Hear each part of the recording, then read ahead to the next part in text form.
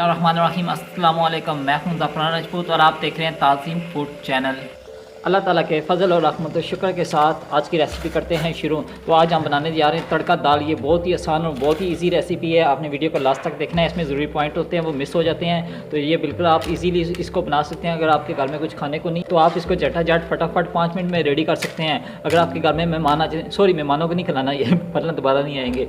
चलिए शुरू करते हैं अपनी रेसिपी। तो आप इसको 5 मिनट में रेडी कर सकते हैं। अगर आप प्रेशर कुकर में बना रहे हैं तो इसको 3-4 मिनट आपने बेक करना है, उसके बाद 1 मिनट तड़का लगाना है।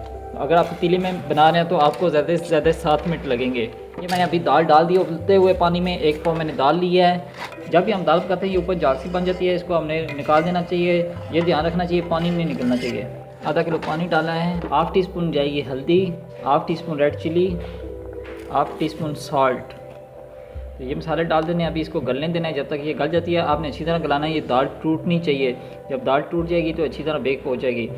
अभी इसको पकाना है हल्की आंच पे। दाल उबालते हुए अक्सर पतीले के साथ मसाले चपक जाते हैं, जम जाते हैं। इसको साथ साथ उतारते रहें।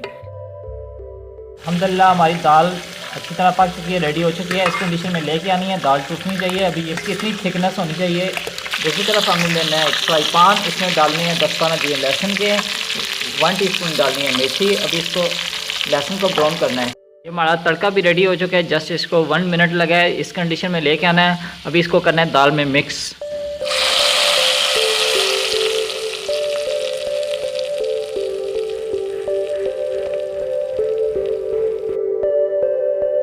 अल्हम्दुलिल्लाह ये हमारी तड़का दाल तैयार हो चुकी है। जस्ट मैंने इसको 7 मिनट में पकाया है। तो ये बहुत ही जल्दी आसानी से तैयार हो जाती है और होती भी बहुत मज़े की है।